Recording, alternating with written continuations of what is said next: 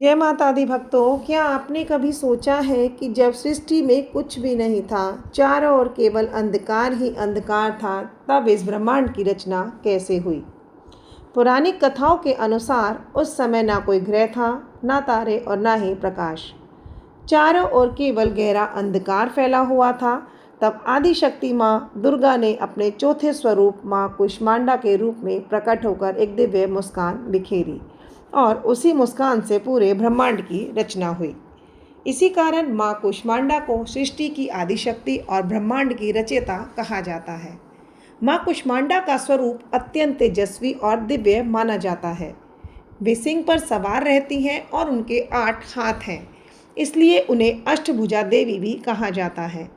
उनके हाथों में कमंडल, धनुष, बाण, कमल, अमृत कलश, चक्र, गदा और जपमाला सुशोभित रहती है। माँ कुष्मांडा का निवास सूर्यमंडल के भीतर बताया गया है। मान्यता है कि इतनी तेज ऊर्जा और प्रकाश को केवल वही धारण कर सकती है। नवरात्रि के चौथे दिन माँ कुष्मांडा की पूजा करने से जीवन में सकारात्मक ऊर्जा, स्वास्थ्य, शक्ति और समृद्धि प्राप्त होती है। जो भक्त सच्चे मन से माँ की आराधना करता है, उसके जीवन के अंधकार दूर हो जाते हैं और उसका जीवन प्रकाश से भर जाता है।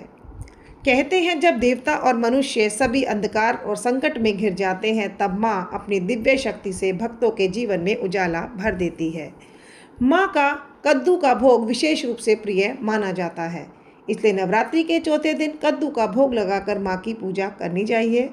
जो भक्त सच्चे मन से माँ कुष्मांडा की पूजा करता है, उनका ध्यान करता है, उसके सभी दुख दूर हो जाते हैं और जीवन में सुख, शांति और समृद्धि प्राप्त होती है। इसलिए नवरात्रि के चौथे दिन पूरी श्रद्धा और भक्ति भाव से माँ कुष्मांडा की पूजा करें और उनसे अपने जीवन में प्रकाश, भक्ति और खुशहाली की कामना करें। बोलिए माँ कुष्मांडा की जय। जानकारी पसंद आई हो तो वीडियो को लाइक करें, शेयर करें और चैनल को सब्सक्राइब करना ना भूलें। कमेंट में जय माता दी अवश्य लिखें। जय माता दी भक्तों।